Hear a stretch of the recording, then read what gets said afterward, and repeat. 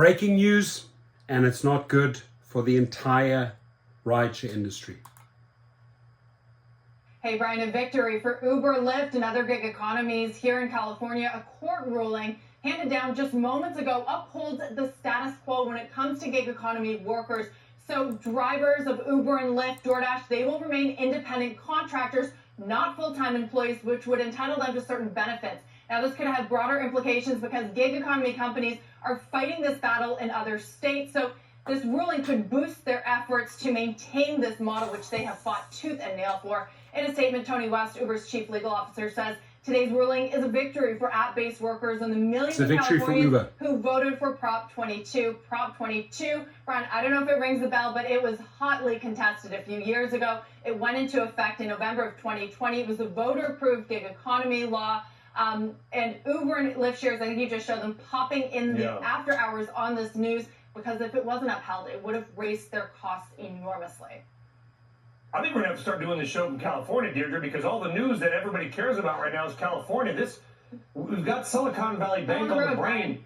This is a big deal. This ruling, there were people, not just, screaming people on Twitter.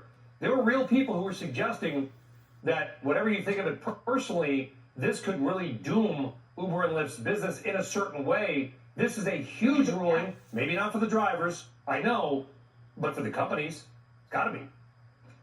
A few years ago, Brian, when they were discussing this, Uber and Lyft actually said that they would pull out of the state of California if the law changed to require them to treat their drivers as employees. So it is a very, very big deal. But perhaps more importantly, they are fighting this battle, as I said, in other states. In the U.S., Uber's fighting this battle internationally. So the fact that this ruling upholds that contractor model, that has important implications for other states that are considering the same thing. Yeah, and we'll probably show those stocks again. I got to imagine they're going to pop. I think they were up a couple % after hours, but it's hard not to see how this is not viewed as good news.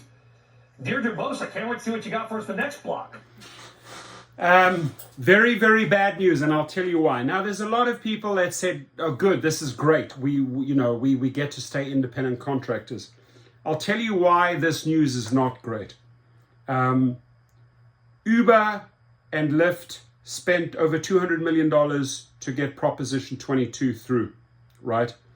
They complied for a year. Drivers were, I'd say, semi-independent contractors with the multiplier, etc.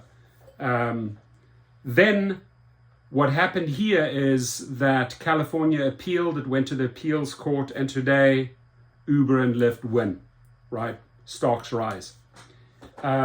We needed to win that so that we could start bargaining, use that as a bargaining chip or a bargaining tool with the company. I'm not for drivers being employees. I'm not about that, right? But I do want drivers to be true independent contractors. And if we had won, we would have come from a position of power, and we could have probably even achieved what I've always called the hybrid model. That is, you get all the independent contractor privileges and then several privileges that a basic employee gets, right? Your protections, your rights, a voice at the table, holiday pay, etc., medical care, you name it. All of that now is gone. And now that they have the power, now that they have the ruling, they'll flex Tony West, the CLO will flex that power nationwide, and will use that argument in other courts and squash those outcomes as well with this. They feel very, very empowered by this, and the bottom line is calling you an independent contractor and not living up to that label, to that IC label. They even say, oh, the drivers are IC plus. No, drivers are IC minus, right? You're about 35% independent contractor. The other 65%, they're not fulfilling those conditions of being an independent contractor. So this is a bad day. This is a real bad day for drivers. Some drivers will say, well, it's a victory. We remain independent contractors. Had we won this, we could have negotiated from a point of power, right? Could have had all the independent contractor privileges and more. That's what I'm trying to get across here. So it's a huge loss. He said it himself, a huge loss for drivers.